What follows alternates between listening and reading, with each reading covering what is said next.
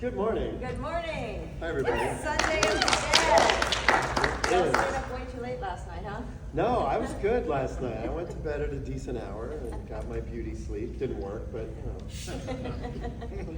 So, gentlemen, I would love to start this off. I want to go back to the beginning. I want to ask you guys where this special effects journey began for you. Wow, Yeah. that's a good The question. origins. Well, my interest began when I was 11. I saw a movie called The Man of a Thousand Faces. Anybody ever see that? Yeah. The story of Lon Chaney. I have a son named Lon. I named him after Lon Chaney. But that was it. From that day on, I spent my every waking moment learning about makeup and messing up my face. I used to go to school with half my eyebrows missing, nose putty in my hair. Then I realized I could make up my friends. But then I wasn't allowed to play with them anymore. They would go home with burn makeups on them, you know. But anyway, that's where it started, you know. And back then you couldn't learn it really, except for Dick Smith. Please tell me you've heard of Dick Smith. Because I have a school and the students show up and they don't know who Dick Smith is, or And you let them in anyway. or Rick Baker. Well, you know. someone has to teach them the Yeah, ways, we're right? gonna throw away their money because Yes. they haven't heard of Yes. Dick Smith, right? But he would share information, and that's how he invented everything we do, and that's how I learned, you know, from him. I have a question for you that I've never asked you. Were your parents into movies? No, No? So your love of it came from you seeing them, not, because for me, my thing was my parents loved movies. So it took me to everything, and that was how I was exposed to films. So I never asked you about No, yeah. if your parents like. no. I mean, took my you to dad movies. would watch Gunsmoke every night, but my mother wasn't into it. And I remember, you know, running away to go to see movies, and I could see my dad searching the theater for me. That high, you know. But I did it on my own. You know, back then, movies were 25 cents. You know?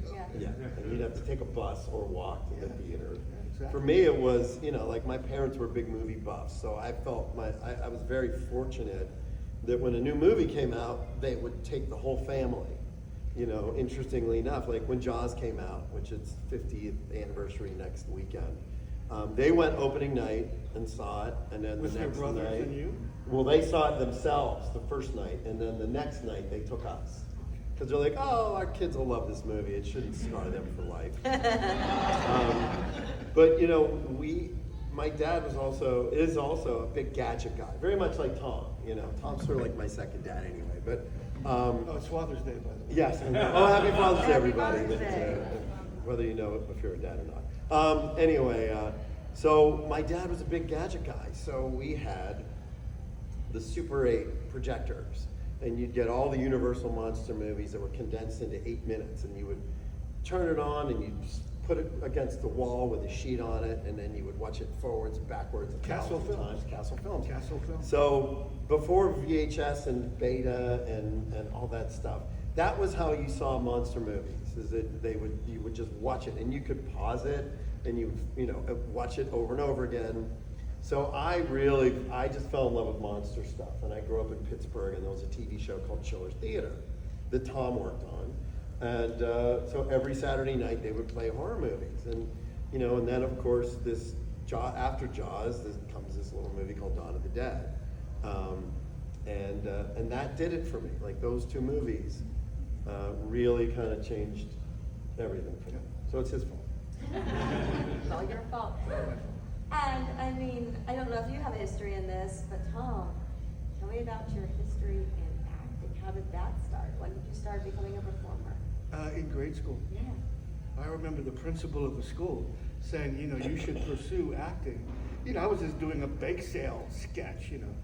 But in grade school, and then when I got back from Vietnam, I was stationed in North Carolina, and there was a theater there, and I walked in one day, and that was it. I was in a play every night for 8 years. I was King Arthur, I was Benjamin Franklin, you know. I was poor as shit, I had nothing. I was living off unemployment. But every night I was in a play, and that was, you know. So my acting began in theater. You know, and of course I met George Romero, and he put me in Night Riders and, you know, Dawn of the Dead and all that. So But is it true that he met you when you were in high school and he was auditioning for a movie? I was a sophomore in high school.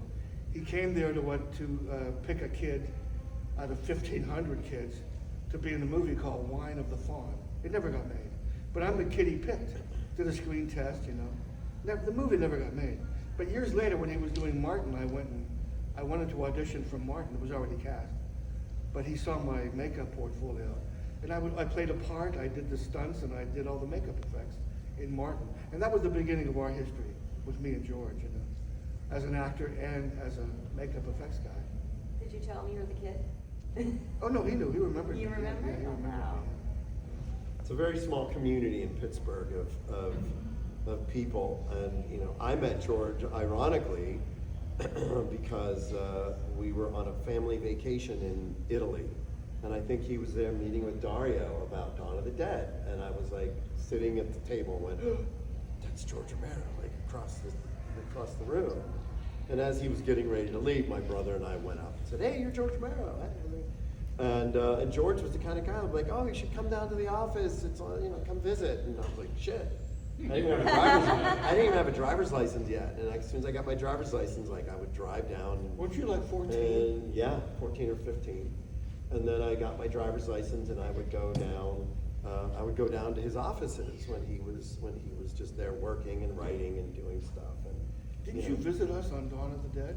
no, Dawn I visited weirdly because the guy who was the mall liaison, his name was Bill Wagner.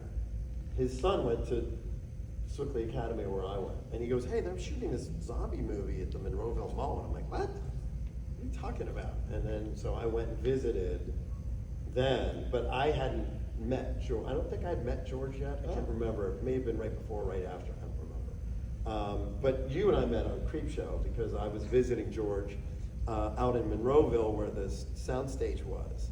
And I went in my first visit, and they had said, "Hey, do you want a job, as a production assistant? You could go." I said, "I can't. I'm getting ready to go to college." But didn't you shoot video for me? I did, but that's where I met you, and then I would come on Saturdays, because I Oh, was to still in Creepshow, high school. yeah. I would come out on Saturdays and film stuff with Tom. We were there for 6 months. Yeah, building You know, it, we were building it. preparing it months before they started shooting. But no, I'm a shitty actor. In response to your original question. Right. I'm not very, I'm in movies, like I'm in Inglourious Bastards, and I'm in Halloween 5, and I'm in Day of the Dead, and, I do little cameos, Dusk Till Dawn, and stuff like with Tom. I would probably, I have to say, I would probably be a better actor now than I would have been when I was younger, because I feel like I'm more comfortable. Even though, just to segue for 10 seconds, I have a new show coming out in September called Guts and Glory, and it's a horror competition show. So if you have Blair Witch Project and Survivor and they have a baby, that's what the show is. So the contestants sign up, which is insane because they have no idea what they're signing up for, but they'll jump on a plane, they'll go wherever, and you put them in a bus, they'll do whatever you tell them. It's the craziest thing, and I thought, well, fuck, we can do whatever we want with them. So we had 10 contestants, and each episode we kill them in front of the other contestants who have no idea that it's about to happen.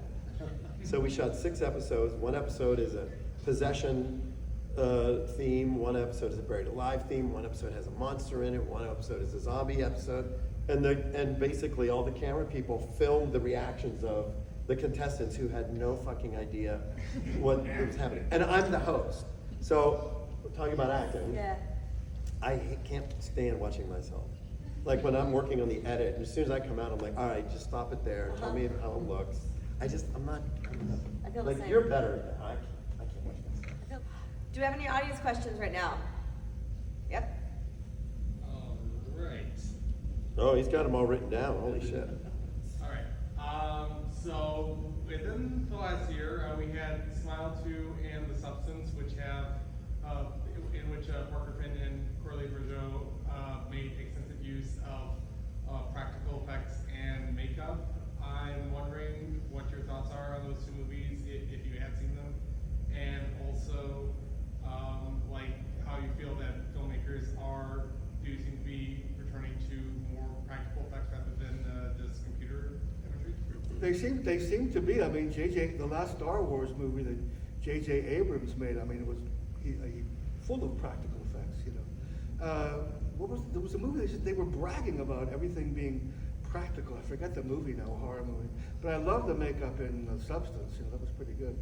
The story, I don't know, I was kind of tuned out of that, but it was practical, you know, it was all practical. Yeah, it was a Sam Raimi movie, basically. It just was super outrageous, and the makeups were fun. Some of the people that worked on that movie were part of my crew in France on Daryl Dixon, and really nice people. Look, it's hard to say, you know, the industry is changing really fast, like accelerating so quickly now with AI and what the filmmakers are able to do. It's just, I don't know what it's gonna look like in 5 years. You know, for me, you know, I still have my effects company and we still do a lot of stuff, but you know, there's less and less, in my opinion, there's less and less practical stuff. If you look at like Final Destination, the new Final Destination movie, it's all digital. Like, I know Todd Masters did some practical stuff, but it's not in the movie. So, you know, most of our work is TV stuff. You know, all the Walking Dead shows and Daryl Dixon and, you know, we did Fallout and Interview with the Vampire and a lot of that kind of stuff. But there's not as much feature work. There's still some, but not a lot. I mean, most of our bread and butter is TV stuff. There seems to be a disconnect when you see CGI, because you can almost always tell.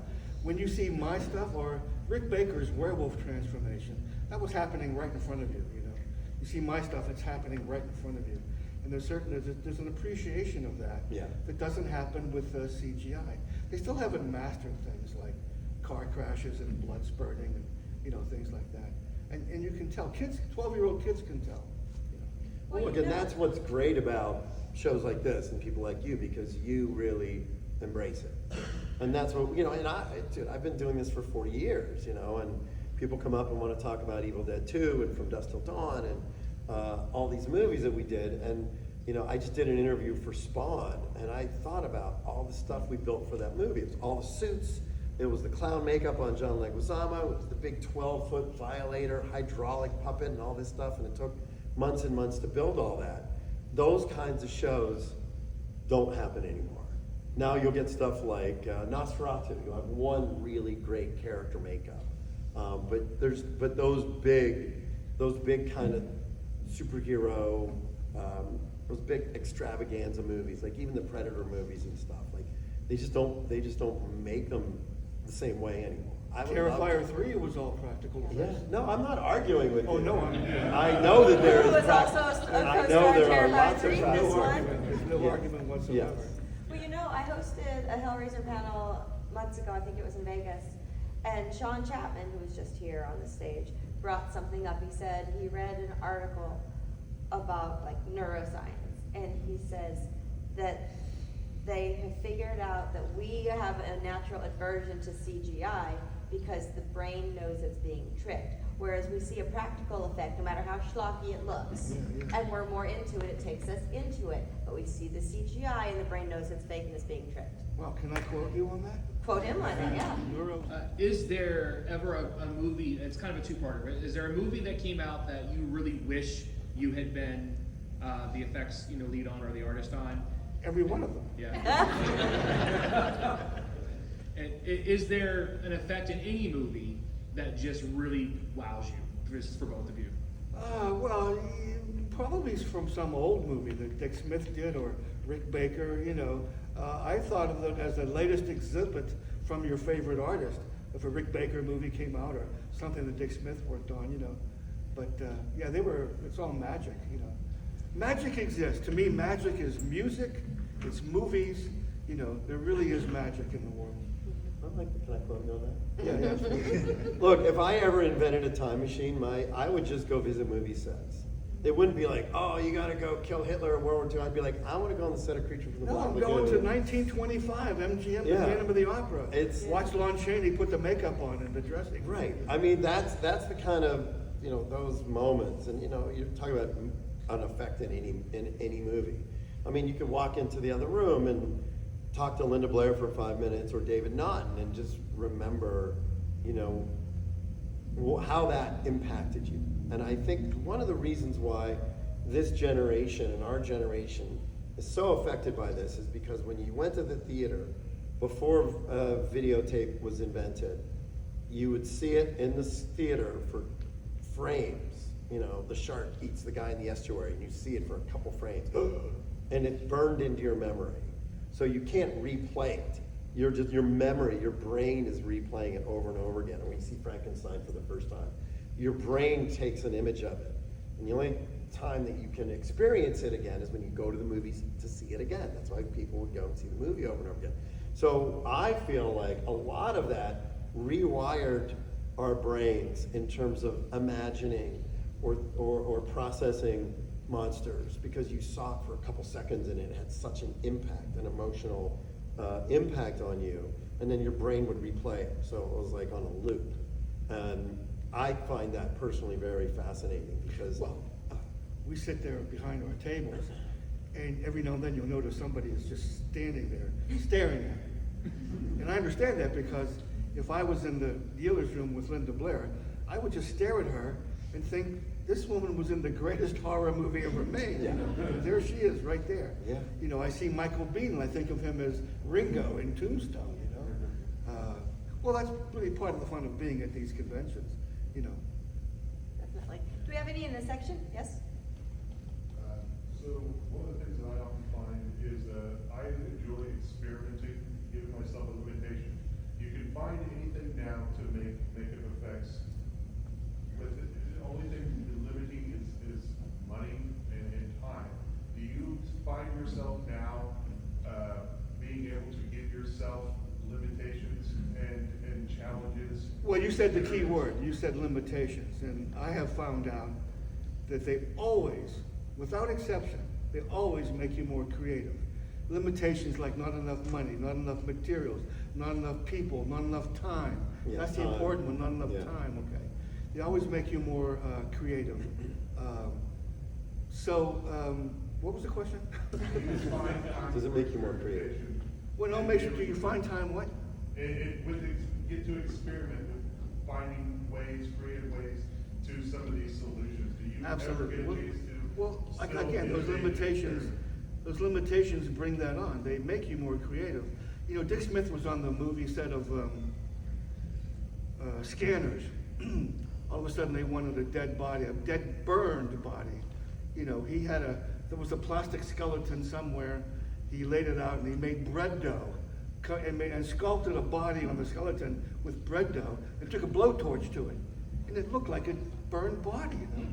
Those limitations of not having enough materials or, you know, made him creative. Bread dough, you know, it should be foam latex, it should be silicone, you know.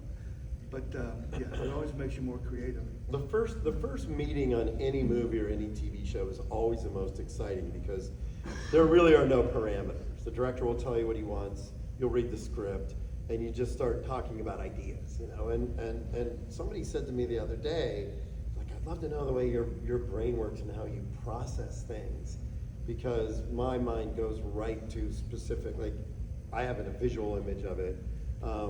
But I think to your question, sometimes the director will challenge you. Like Quentin Tarantino never uses digital stuff, ever. So when we did Kill Bill, we chopped the top of Lucy Liu's head off with the sword. And we didn't have CGI to do it. So Quentin was like, well, we gotta figure out how to do it practically. You gotta take the whole top of her head off. And me and one of the other artists at the shop were talking about it. I'm like, well, let's do it as a forced perspective. Let's sculpt the top of her head, but instead of sculpting it round, sculpt it as like an oval, and you glue it on her forehead. And when you look at it, it's like you're looking across the cut off head because the perspective is oval shaped. So we ended up doing it as a forced perspective in-camera gag, as opposed to like a digital. We had a fake head, of course, of her as well. But because Quentin was like, oh yeah, we're not using CG. When we did Inglourious Basterds, we did all the scalpings. I just said, you know, Quentin, take two is gonna be really hard because once we slice into these prosthetics and we peel it back and there's gonna be blood everywhere, it's gonna be really difficult to clean that all up and reseal that cut. So we might have to digitally clean it up. And he went, it's 1978. I don't know what, he goes, there's no CG doesn't exist, it's 1978.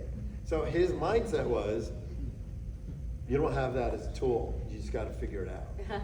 And we did because he kind of threw that challenge out. Sometimes you have to teach directors that these are magic tricks. You need a shot of this before this shot can possibly work. Let's give the murder weapon some weight, so when the rubber weapon comes in, you still think it's the weighted weapon, you know? Yeah. So, but these are magic tricks. Yeah, that actually is a great point, because when we did Misery, we did the ankle break on Jimmy Kahn, and the shot right before she smashes the leg, she lifts the sledgehammer up right next to her, and you're like, okay, that's fucking heavy. You're teaching the audience, this is heavy, it's real. And then when she lifts it up and she swings it down, you're not thinking, oh, they switched to a fake foot. You're thinking about how heavy the fucking sledgehammer was.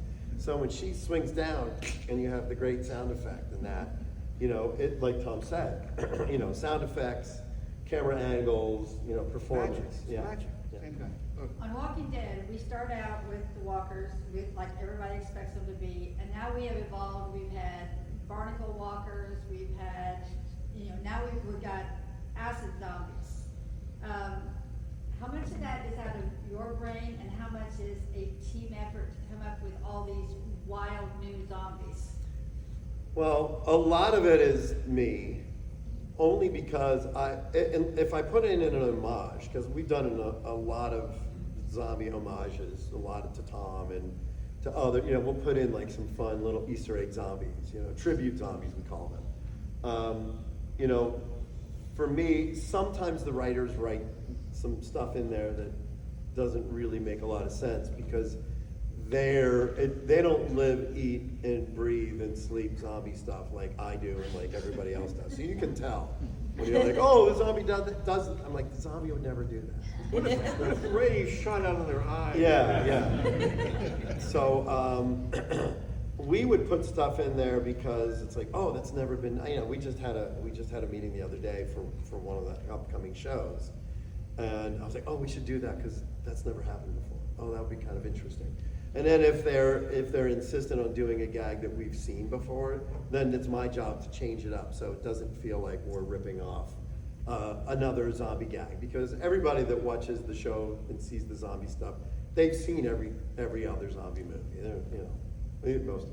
We Well, it's actually 13 have, years. we actually have a game on one of the podcasts that I'm in, that they will put a picture of a zombie up, and we have to tell them what scene that was from. And trust me, none of your zombies are ever identical. We No, just tell never. exactly where that Never. zombie came from. I would probably be good at that game. That would be a fun be trivia good. game And if to I have. wasn't, I would be fired. Anybody else? I saw one over there. Yeah, blue hat.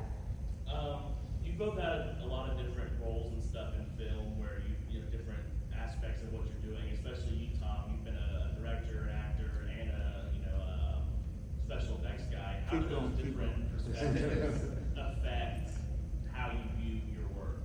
Like, as a special effects guy, you're saying the actors, you know, are gonna want this, or the director's gonna want this.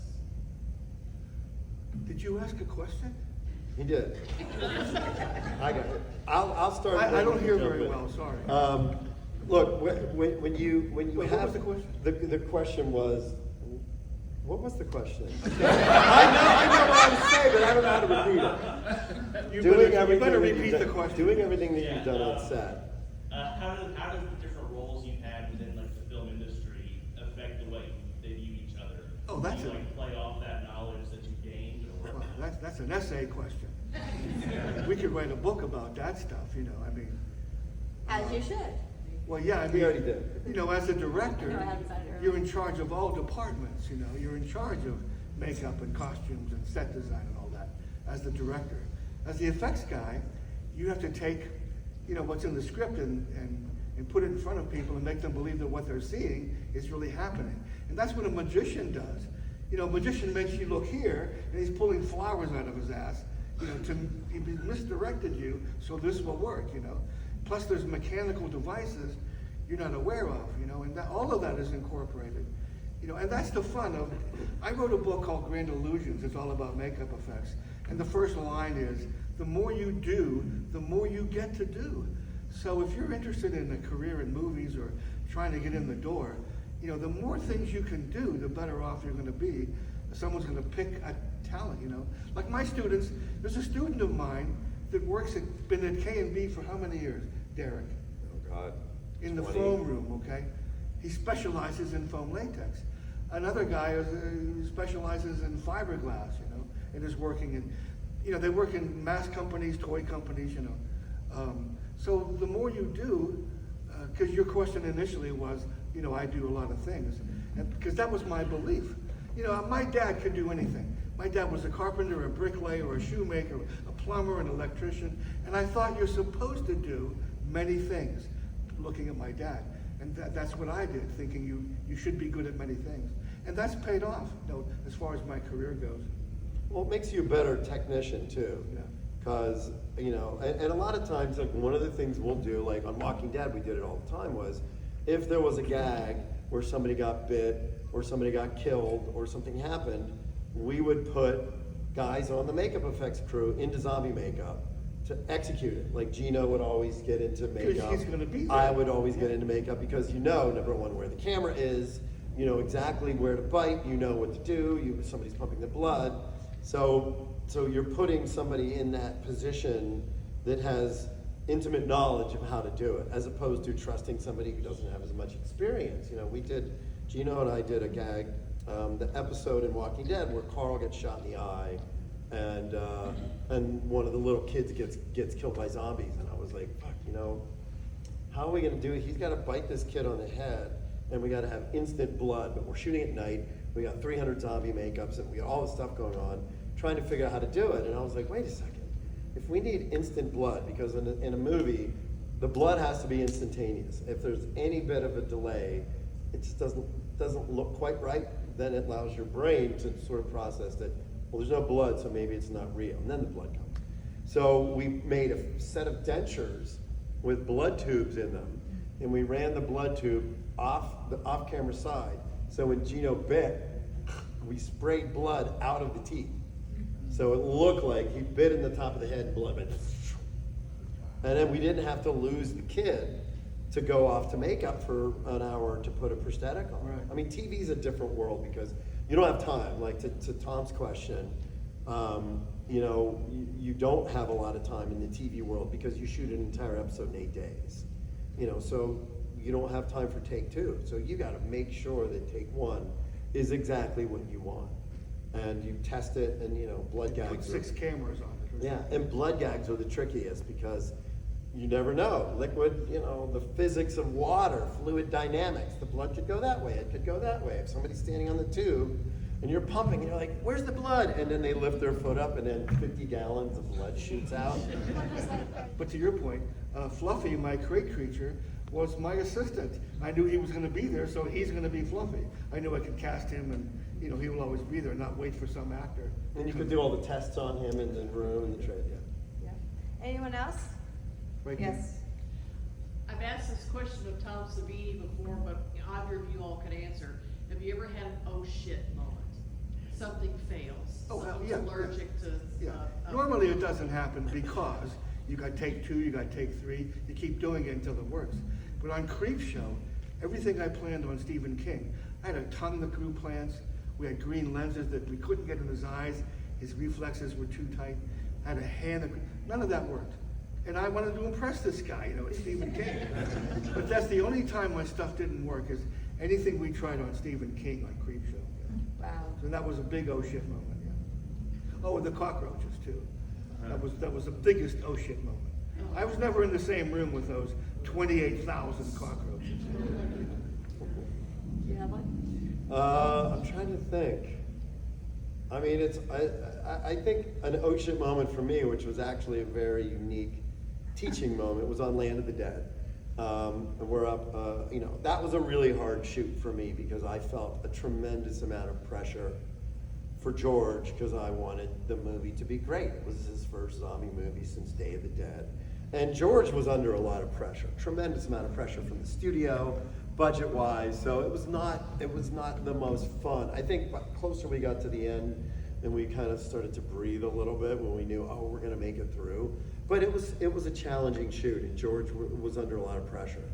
There was a gag where one of the characters gets bit in the cheek by a zombie at the end of the movie. So we had a gelatin prosthetic with a plug, blood tubes, everything. We get it all ready. The zombie comes out.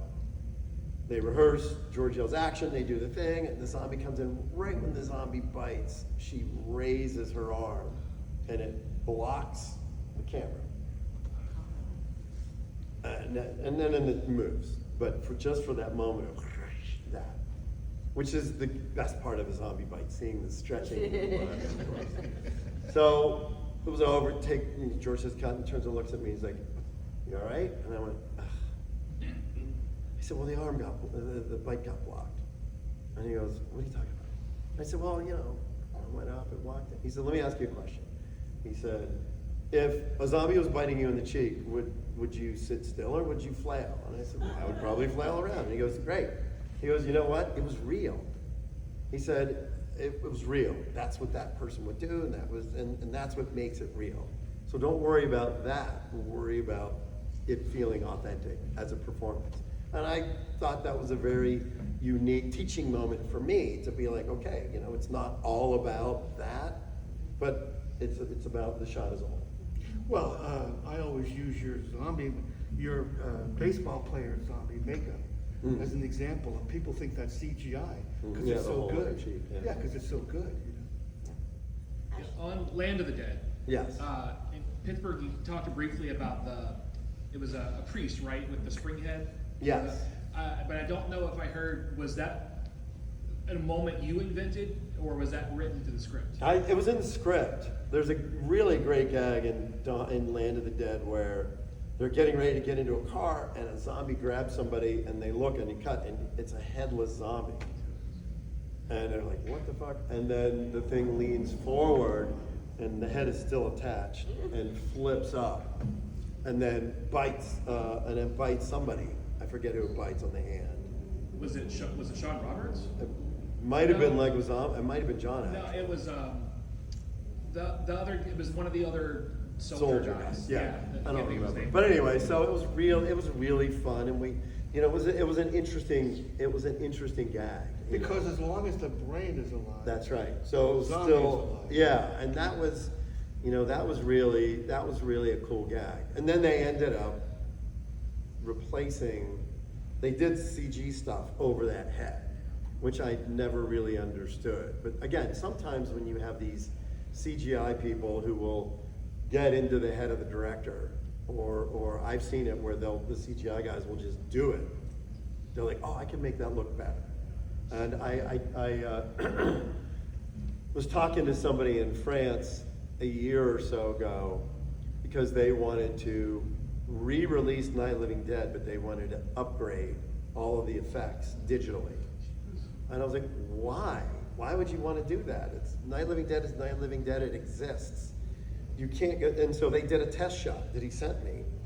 And they joined two shots together. It was a close-up of a zombie behind a zombie at the door, and then there was a wider shot, and the zombie gets shot, and there's just a little hole.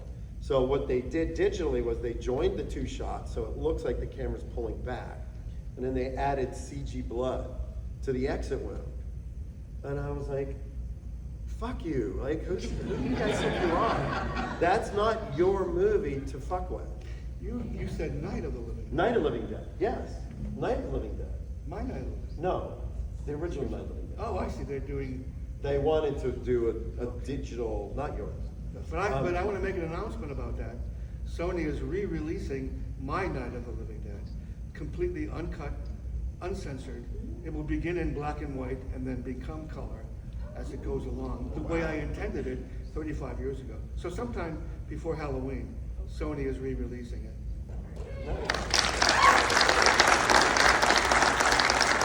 Better late than never. Yeah, right. Anyone else out there? Yeah.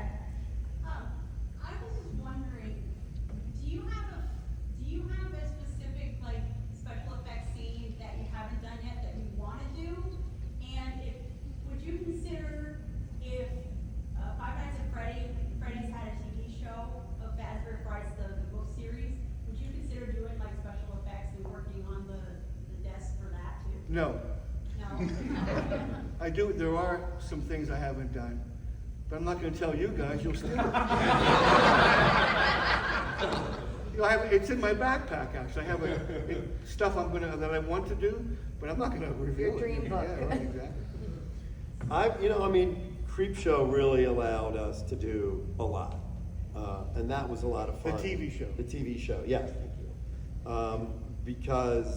Because I was the showrunner and the producer and director, everything was practical. And so we did werewolves and we did monster, we did a little bit of everything, and it was really a lot of fun.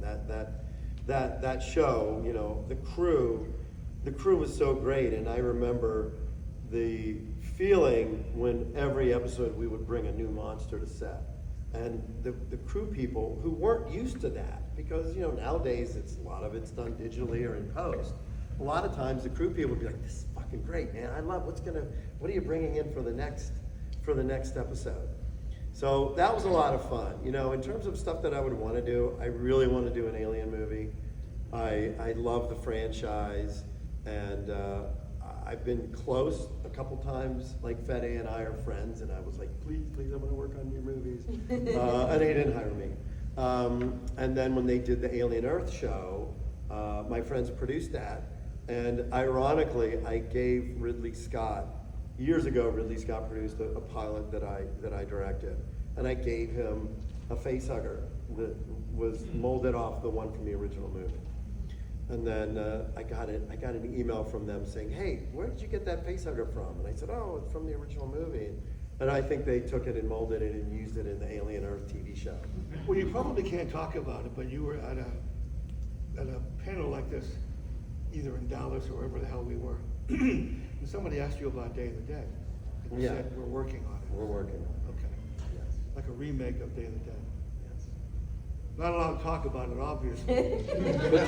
Look, well, I have to now because you brought. Look, I Going have Tom. been talking to them about taking George's original script The phone book and size script. sort of doing it like the version that George had intended to make. That's something that we've been talking about. So, shh, don't tell anybody. Don't tell me.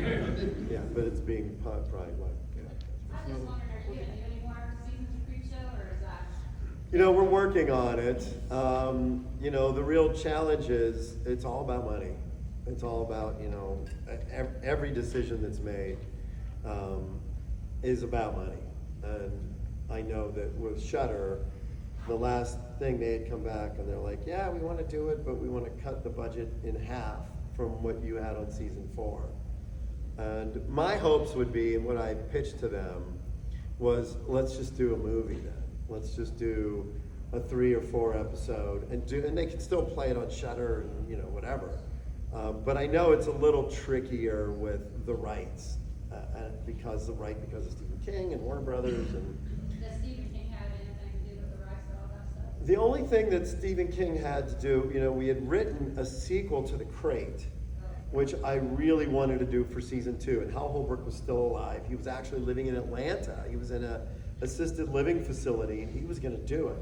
And the idea centered around Hal Holbrook's character, who was ironically, an assisted living facility, and he's getting bullied by one of the orderly guys there, and he says something to the guy like, you don't know what I'm capable of.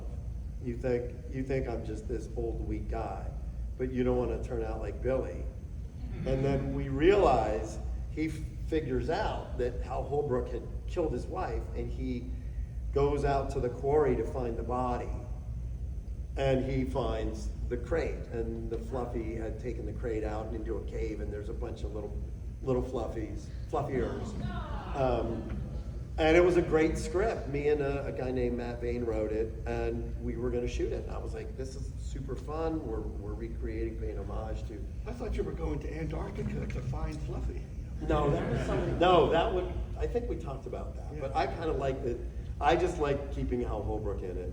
And then we had the script was written and we were ready to go, and then somebody said, "Oh, well, we need, you need what's called a clear chain of title. Like you have to know that the rights are available." And Stephen King does something really amazing for people is that he'll give them the rights to shoot one of his short stories for $1 because he wants to perpetuate people making little short films and stuff. So, you know, he'll be like, they couldn't guarantee that he hadn't given the rights to somebody, and they couldn't prove it or disprove it, so they're like, we can't make it. I mean, I still have the script, and I was like, shit, it was really good. This guy had a question there. In The Walking Dead, one of the moments that sticks out to me the most is from the very beginning when Rick is on his horse riding through the city. Yeah. And all the walkers are following him and he ends up in the tank. Yeah. And all the zombies are just eating this horse. How in the world did you guys make that look so believable? All the horse guts coming out and everything? Yeah, well, we made a fake horse. Loaded it up with guts. And the funniest thing about that shot in particular was we loaded it up with guts, and we had 2 or 3 cameras filming it. And the zombies are in there, and they're ripping and biting and eating. And there was one guy who was leaning too far over and was hiding, and the camera was missing it because the guy was in the way. And I was standing right there, and I see Frank come up, and he grabs the guy by the belt and pulls him back out of the shot. And the guy's like with guts going, what's happening, what's happening? And looking around because Frank was watching the monitor, and it looked so great, but there was one angle that there was a zombie in the way. And it's just like, and he literally pulled the guy out. But that was all, look, Walking Dead was an homage to the original Night of the Living Dead. You know, when we did the first season, Frank had always said to me, he had always wanted to do a zombie movie, always. And I remember talking to him about it, and he's like, yeah, I just never really found the right material. And then cut to the graphic novel coming out, and Frank gets the rights. And it was, you know, it was a story about survival, you know, and that was something that he loved. That, you know, the first season is some of the best hours of television ever made. And it was really done because Frank had such a respect and love for George. And I think the thing that's missing in a lot of genre television now is a lot of the writers, it's not in their blood. They don't love it. They didn't grow up watching Night of the Living Dead or Dawn of the Dead or know who Tom Savini is. So it becomes a soap opera and not something scary. I want to be scared. Like, if I want a soap opera, then you can put on fucking Real Housewives. You know. We have time for one more. I'm just curious, is it like upon an actor request, or is there a default flavor for any of the effects that have to go in people's mouths, like biting somebody and the blood? Is that just like I would make it myself out of old school style corn syrup? Well, I mean, it's the blood is made out of corn syrup, so it's usually sweet anyway. Has anybody ever requested, can you make this like strawberry flavor? No, but we did. You know, on Walking Dead, we have mouth stain because we never want the mouths to be pink because that signifies life. So Right. we stain everybody with a mouth stain. What color is it? It's Black? gray. It's like black. So the gums are gray. Everything's gray, and it just looks dead. Looks great. And sometimes we would make different colors. I think in season 2 of Walking Dead with Sophia, when she came out of the barn as a zombie, I think we made flavored ones for her because she was a young girl. Yeah, and you know, we've gotten into scenes where I think we did one scene where, you know, we would use barbecue when they would be eating meat. But the thing is, barbecue has vinegar in it, and it would fucking dissolve the makeup. And then we would be like cleaning up, like, what the hell happened to all the makeup around their mouths? And it was the vinegar and the barbecue sauce.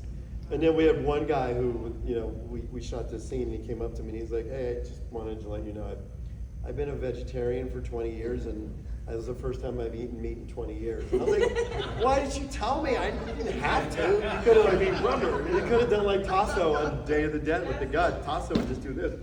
And just turn his head away. Well, because the guts were rotten. Yes. Somebody on Dawn of the Dead, Day of the Dead. Day of the Dead, somebody unplugged our refrigerator when we shot in Florida for a couple of weeks. No. But we still had to use them because you're not gonna go buy new guts at 2 o'clock in the morning. And you were gut boy. He was the one that had to go get the guts. But they stank so bad. And poor Joe Pilato, his body is under the set. Fake body was on top. That was filled with blood, and he was breathing that for hours. It was really horrible. So now. I'm surprised nobody got sick. Yeah. Because so they turned the power off over Christmas, and we came back from Fort Myers, and I'll never forget walking down the hallway to get to I'm like, something smells weird. And the closer we got to the room, it got stronger, and we opened the door to the room, and I'm like, oh my god. Because they're real pig intestines, you know. So then Tom's like, you got to go clean them because we have to use them. So I took them out and we put them in this big basin, and I poured Clorox bleach on them. That's how you clean guts and you get rid of all the stuff. And literally, it started foaming. I There was didn't know so you much had that. I back. didn't know you did that. I cleaned them and they still smelled that bad. I cleaned them when we first got them, and then I cleaned them. And by the way, those guts, we had them. We started shooting October 1st of 1984. We had a 5-gallon drum of guts. That we got for the first, when Tim DeLeo wakes up, we shot a scene where he wakes The up dream and his sequence. guts spill out. It was like the first week of shooting. So we bought the guts in end of September. Now it's January and we were using the same guts. I've never Money, man, money. No, we could have. We just were like, fuck it, we'll be We're in a fine. cave, we're in a mine 25 miles from Pittsburgh, you know. Guts weren't readily available. I mean, we could have made fake guts, but nothing slithers and We had slides some and fake guts. splats. Yeah, we had a tube that we Yeah. would tie the real guts You over. had supporting fake guts. Yes. Yeah. Ew. Well, you know. Oh, it's so glamorous doing makeup in movies. Yeah, that was my job. My job would be get the guts and then go to Rite Aid and buy KY and condoms to make all the head squibs wet. Yeah. So that was I'd walk in and be like, can I have 500 condoms, please? And where the hell are you going this weekend? It's the usual. And then like the next week, I'd go in and buy 500 more. All the girls were like, what's going on? How you doing? I'm like, yeah. And then of course I could never tell them what I was using them for because I didn't want to ruin the illusion. Oh my God. Oh, well, gentlemen, thank you for that trauma. Good ending. That was a good That was a ending. great way Thank to you. end this. Give it up, everyone. Thanks, everybody.